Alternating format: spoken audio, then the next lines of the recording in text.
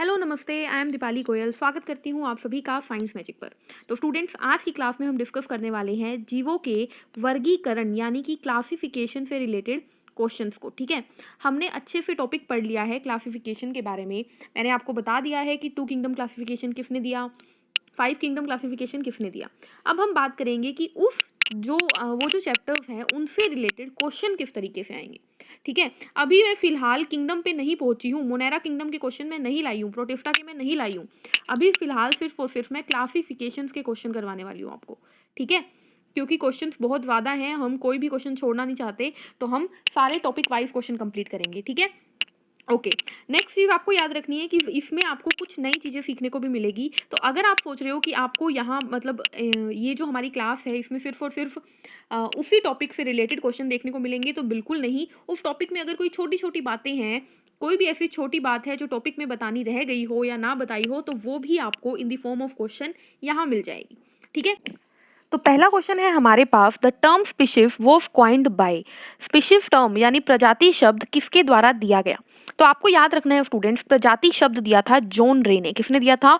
John रे ने। तो एक ये आपके लिए नई बात आ गई क्या, कि जॉन रे ने प्रजाति शब्द दिया था। मैंने आपको बताया था कि किसी भी स्पीशीज का नाम, किसी भी जीव का नाम दो चीज़ों से मिलकर लिखा जाता है। एक होता है जीनस यानी वंश, और एक होता है स्पीशीज यानी जाति या प्रजाति।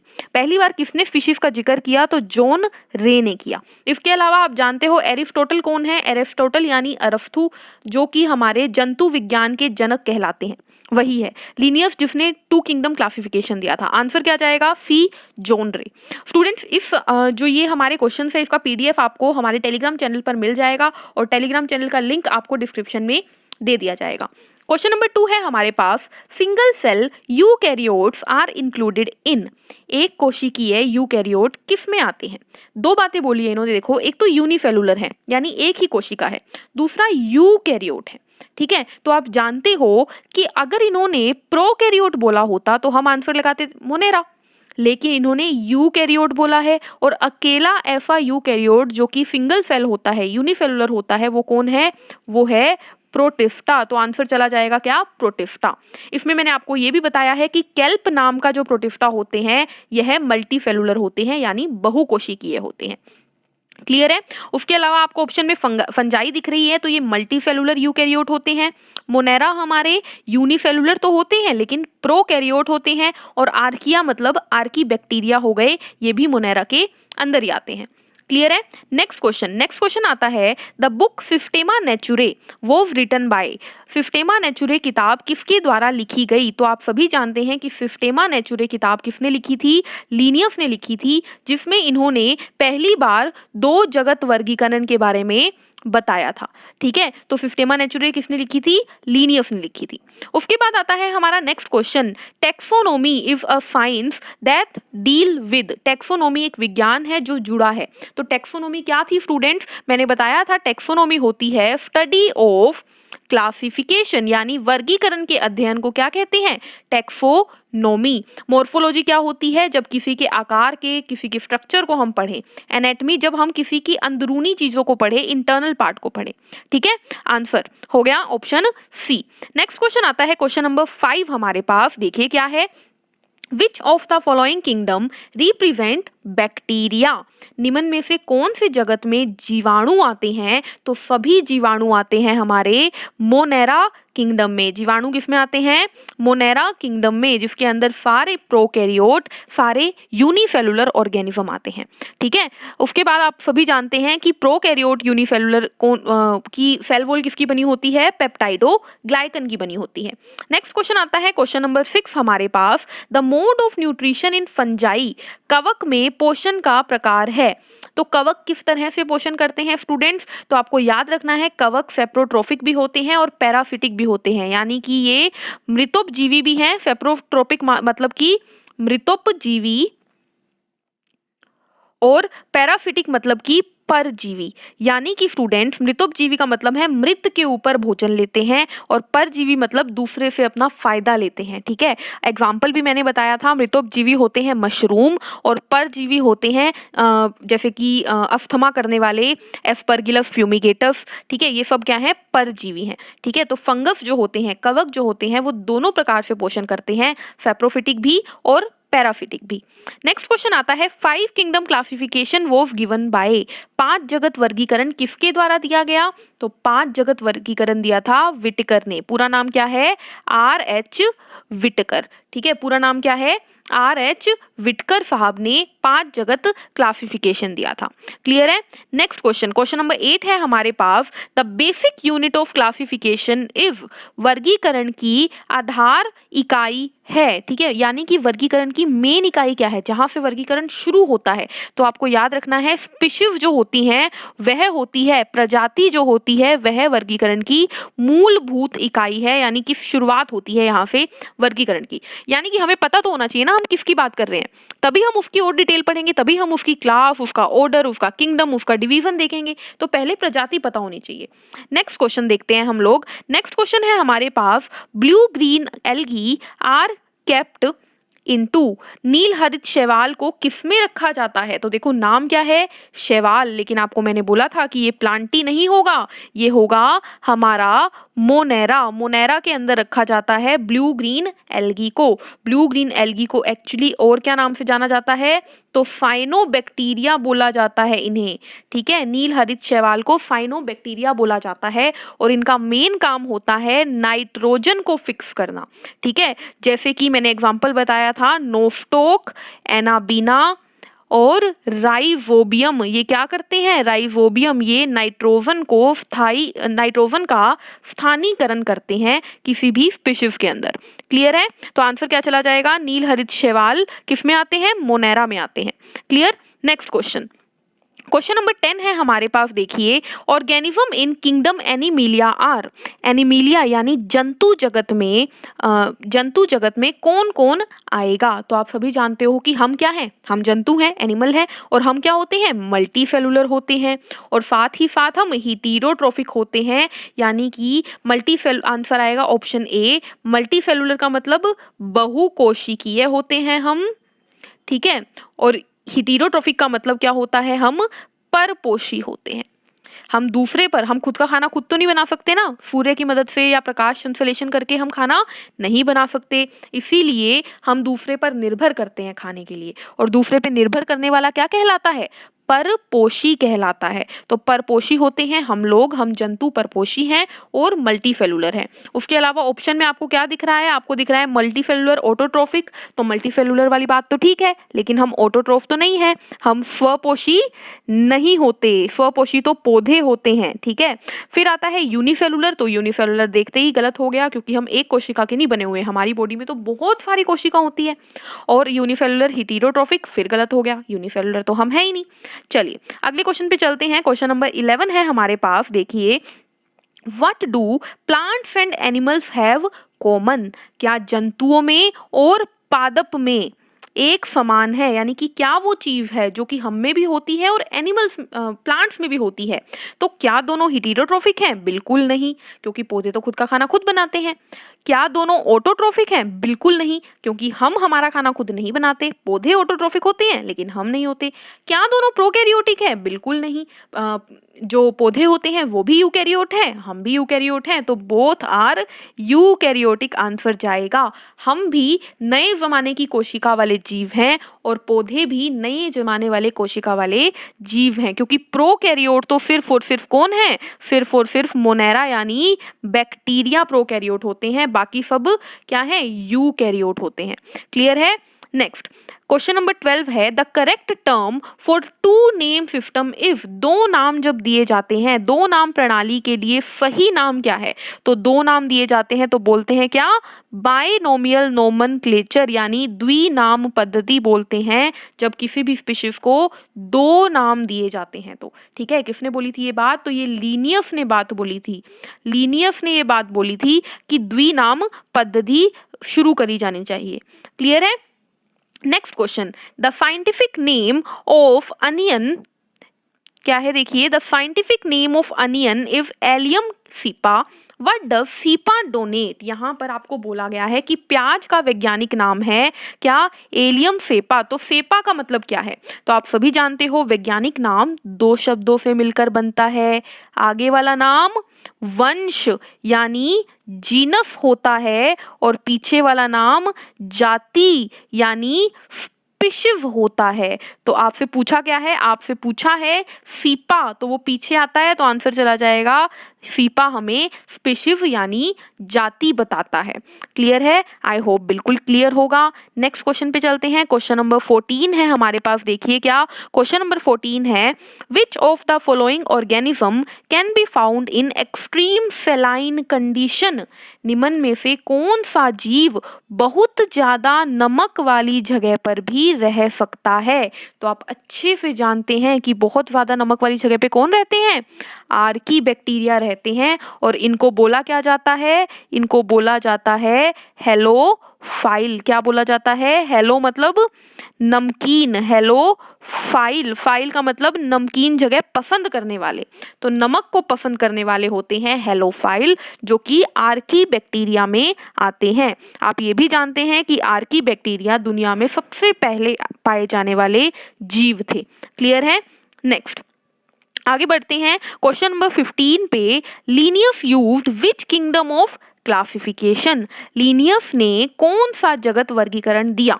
अब आपको यहाँ से नई चीज सीखने को मिलेगी। ठीक है, मैंने आपको बोला लीनियस ने 2 किंगडम क्लासिफिकेशन दिया था, लेकिन अब आपको यहाँ पे 3 नई चीजें मैं बताने वाली हूँ। एक तो बताने वाली हूँ आर्टिफिशियल सिस्टम क्या होता है, नेचुरल सिस्टम क्या होता है, फाइलोजेनेटिक सिस्टम क्या होता है। ये तीनों बातें करेंगे। ठीक है, तो आपको स्टूडेंट्स याद रखना है कि लीनियस ने जो 2 किंगडम का क्लासिफिकेशन दिया था उसे आर्टिफिशियल सिस्टम भी कहा जाता है, उसे कृत्रिम प्रणाली भी कहा जाता है। ऐसा क्यों? क्योंकि लीनियस ने कोई ज़्यादा चीज़ों पर निर्भर होकर अपना क्लासिफिकेशन नहीं दिया था। ठीक है, ज़्यादा डिटेल में मत जाओ, याद रखो कि कृत्रिम प्रणाली किसकी थी? लीनियस की थी। कृत्रिम प्रणाली किसकी थी? लीनियस की थी। क्लियर है? नेचुरल और फाइलोजेनेटिक की आगे बात करते हैं और आपको बताते हैं। ठीक है, next question, in which of the following kingdom are archaea and nitrogen fixing organism classified? निम्न में से कौन सी जगत में आर्की तथा नाइट्रोजन स्थानीकरण जीव रहते हैं या जीवों को रखते हैं? तो आप जानते हो आर्की बैक्टीरिया, यू बैक्टीरिया और नाइट्रोजन फिक्सिंग बैक्टीरिया यानी कि नीलहरित शैवाल सब में किस में रखे जाते हैं? मोनेरा में रखे जाते हैं सारे के सारे। ठीक है, तो आंसर क्या जाएगा? A Monera. Clear? Next question, question number 17, Bentham and Hooker gave which system of classification? तो बेंथम और हुकर ने भी एक वर्गीकरण दिया। ठीक है, उसे क्या बोला जाता है? तो आपको याद रखना है बेंथम और हुकर को बोला जाता है प्राकृतिक प्रणाली यानी नेचुरल सिस्टम। जैसे मैंने अभी अभी बताया था ना कि लीनियस ने जो दिया था उसे कृत्रिम बोलते थे, तो बेंथम और हुकर ने जो दिया था उसे नेचुरल यानी प्राकृतिक बोलते हैं। क्लियर है? नेक्स्ट क्वेश्चन देखते हैं। नेक्स्ट क्वेश्चन है हमारे पास, आईसीबीएन स्टैंड्स फॉर? आईसीबीएन का मतलब क्या है? तो आईसीबीएन है students international code of botanical nomenclature. अब इसका कार्य क्या है? तो देखो, पौधों को जो नाम दिए जाते हैं, जैसे मैंगो, आम का नाम आप जानते हो मैंगीफेरा इंडिका है, जानते हो ये बात आप लोग? ठीक है, कई बार बता चुकी हूँ। तो किसने आम को ये 2 नाम दिए? किसने आम को ये जीनस और स्पीशीज के नाम दिए? तो फलों को या फिर फसलों को कौन नाम देता है? International code of botanical nomenclature. अगर यहीं पे पूछा जाता जंतुओं को कौन नाम देता है, तो आता ICZN। जेड मतलब international code of zoological nomenclature. Clear है ये बात आपको? तो आपसे क्वेश्चन एग्जाम में भी पूछा जा सकता है कि जंतुओं को जो नाम देने की पद्धति होती है वो कौन करता है? तो आप बोलोगे ICZN। पौधों को कौन करता है? ICBN। क्लियर है आंसर? चलिए next question, scientific grouping of organism on the basis of similarity and dissimilarity is called. समानता और असमानता के आधार पर जीवों को वैज्ञानिक रूप से समूहित करना क्या कहलाता है? समूहित नहीं, सामूहित करना यानी इकट्ठा करना क्या कहलाता है? तो जब हम देखते हैं कि ये दो जीव एक जैसे हैं, इनको अलग रखो, ये दो जीव एक जैसे हैं, इनको अलग रखो, ये दो एक जैसे हैं, इनको अलग रखो, तो अलग रखना क्या कहलाता है? वर्गीकरण कहलाता है, क्लासिफिकेशन कहलाता है। अगर क्वेश्चन आता कि समानताओं और असमानताओं के आधार पर जीवों को वैज्ञानिक नाम देना, अगर यहाँ पे नाम पूछा जाता तो उसे क्या कहते हैं? उसे नोमेनक्लेचर कहते हैं। ठीक है, अभी उन्होंने क्या बोला है? उन्हें सिर्फ ग्रुप में डालना है, तो आंसर जाएगा वर्गीकरण। ठीक है, जब हम देखते हैं कि चार हमारे पास चीजें हैं, ये चारों में से दो एक जैसी है, इन्हें अलग ग्रुप में रख दो, दो एक जैसी है, इन्हें अलग ग्रुप में रख दो, तो उसे क्या बोलते हैं? हमने क्लासिफिकेशन कर दिया, हमने वर्गीकरण कर दिया। क्लियर है? चलिए, पहचान क्या होती है? किसी चीज को पहचानना। ठीक है, नेक्स्ट आता है phylogenetic form of classification was given by. देखो मैंने आपको नेचुरल बता दिया, ठीक है, किसने दिया था? बेंथम और हुकर ने।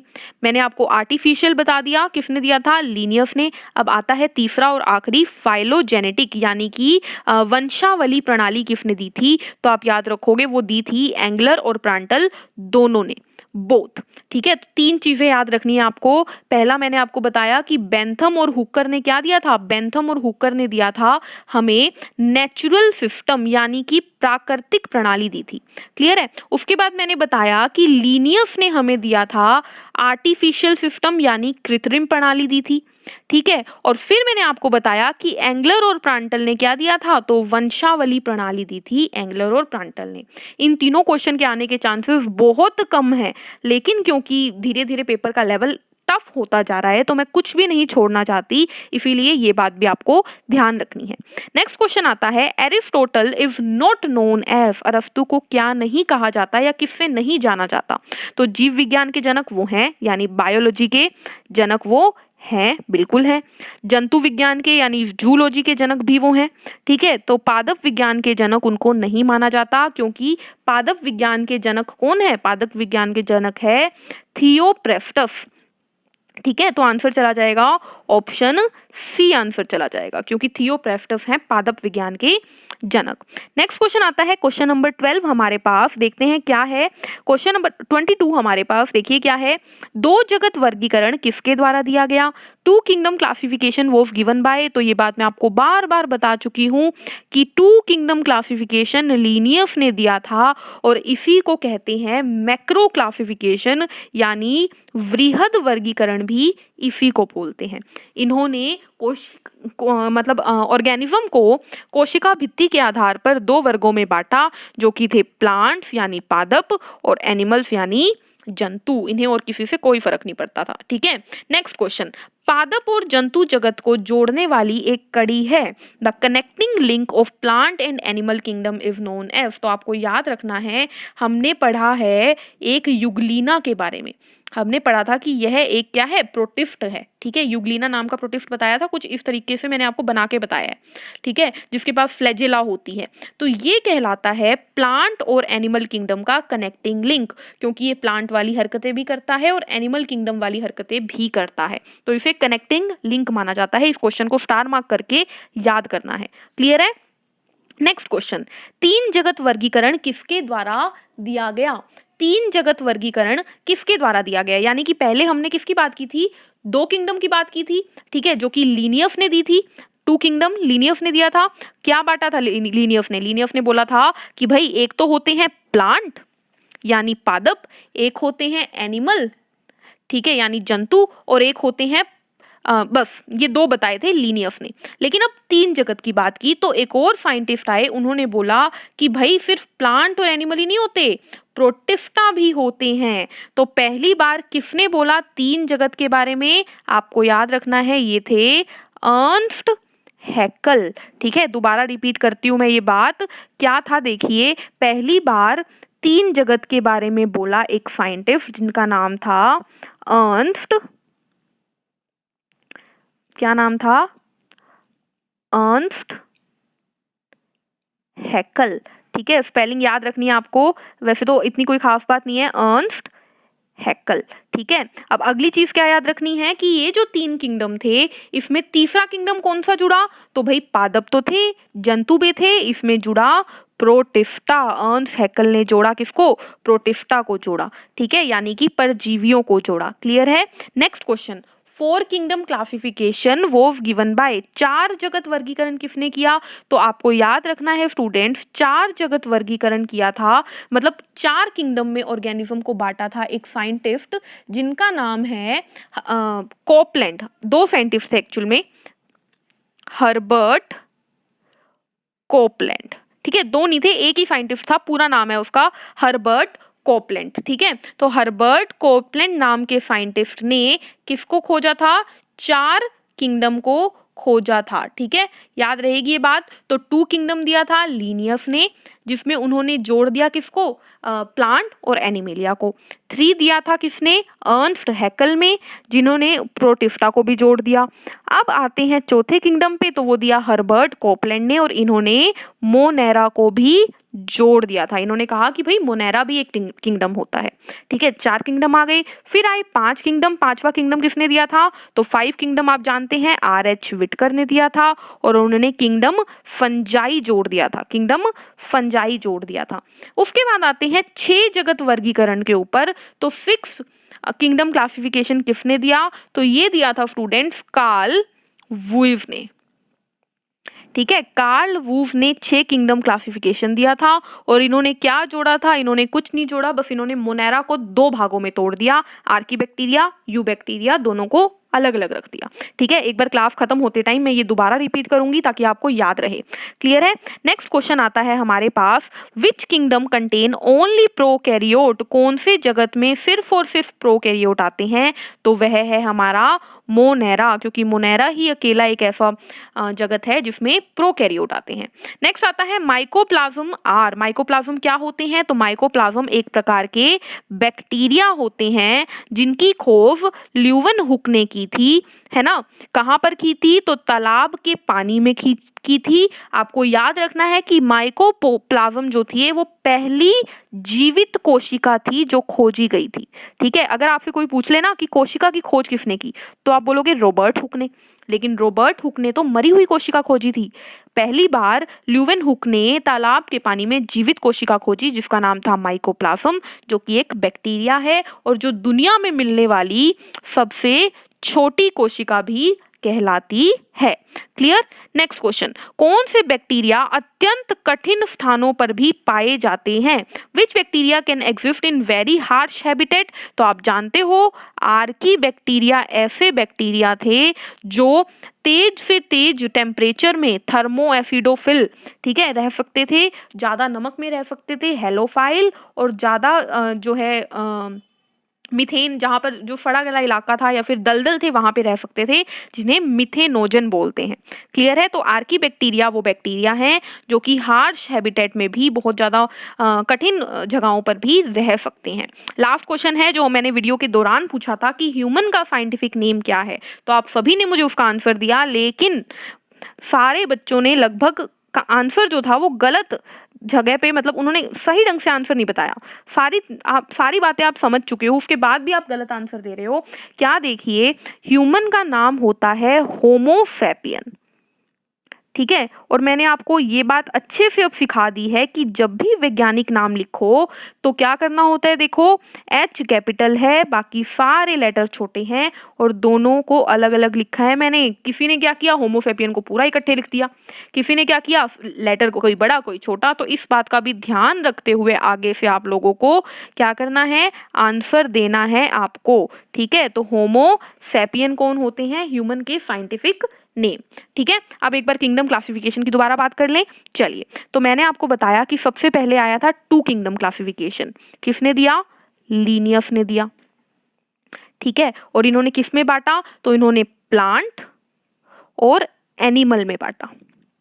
ठीक है, पादप और जंतु में बांटा। ये था 2 किंगडम क्लासिफिकेशन। क्लियर है? नेक्स्ट 3 किंगडम क्लासिफिकेशन आया। किसने दिया? अर्न्स्ट हैकल ने दिया। अर्न्स्ट हैकल ने दिया। किसमें बांटा? तो प्लांट्स, एनिमल यानी पादप हैं हमारे, जंतु है हमारे, और इन्होंने बोला प्रोटिस्ट के बारे में। किसके बारे में? प्रोटिस्ट के बारे में। क्लियर है? क्लियर है ये बात? नेक्स्ट आया 4 किंगडम क्लासिफिकेशन। किसने दिया? कोपलैंड ने दिया। किसने दिया? कोपलैंड ने दिया। पूरा नाम था हर्बर्ट कोपलैंड। इन्होंने किसमें बांटा? तो इन्होंने वही प्लांट, एनिमल, प्रोटिस्ट, ठीक है, यानी पादप तो है ही, जंतु भी है ही, और प्रोटिस्टा भी है ही। इन्होंने चौथा किंगडम दिया मोनेरा, यानी कि 4 किंगडम इनके समय के कौन से थे? तो प्लांट, एनिमल, प्रोटिस्टा और मोनेरा, 4 किंगडम क्लासिफिकेशन। फिर आया 5 किंगडम क्लासिफिकेशन। किसने दिया? R.H. विटकर ने दिया। इनके क्लासिफिकेशन में कौन कौन थे? तो इनके क्लासिफिकेशन में थे प्लांट, एनिमल, मोनेरा, प्रोटिस्टा और फंजाई भी जोड़ दिया इन्होंने कवक को भी जोड़ दिया और 5 किंगडम बना दिए। क्लियर है? किसने? R.H. विटकर ने। फिर आया 6 किंगडम क्लासिफिकेशन, जो कि दिया था किसने? वूव ने दिया था। ठीक है, वूव ने दिया था। और इन्होंने 6 किंगडम क्या दिए? देखो, एक तो प्लांट था ही, एनिमल था ही,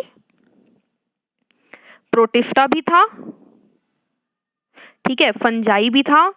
इन्होंने मोनेरा को तोड़ दिया और अलग अलग बता दिया, आर्की को और यू बैक्टीरिया को। क्लियर है? इतनी डिटेल आपसे कोई नहीं पूछेगा, बस याद रखिएगा 6 किंगडम क्लासिफिकेशन वूव ने दिया था। क्लियर है? तो इसी के साथ क्लासिफिकेशन यानी वर्गीकरण चैप्टर के सारे एमसीक्यू हमने कंप्लीट कर लिए हैं। अगर कोई रह गया हो तो वो भी मैं आपको आगे आने वाली क्लासेस में कंप्लीट करवाती चलूंगी। ठीक है, खास चीज याद रखने वाली थी इसमें ICZN और ICBN, जो कि आपको याद रखना है। फसलों को, फूलों को नाम देने के लिए international code of botanical nomenclature यानी अंतरराष्ट्रीय कोड ऑफ वनस्पति नामकरण, और जंतुओं को नाम देने के लिए अंतरराष्ट्रीय कोड ऑफ जंतु नामकरण यानी international code of zoological nomenclature. ठीक है, तो इसी के साथ आज की क्लास हमारी खत्म होती है। मिलेंगे नेक्स्ट क्लास में, तब तक के लिए चैनल को लाइक करो, शेयर करो, सब्सक्राइब करो। Take care, thank you, bye bye.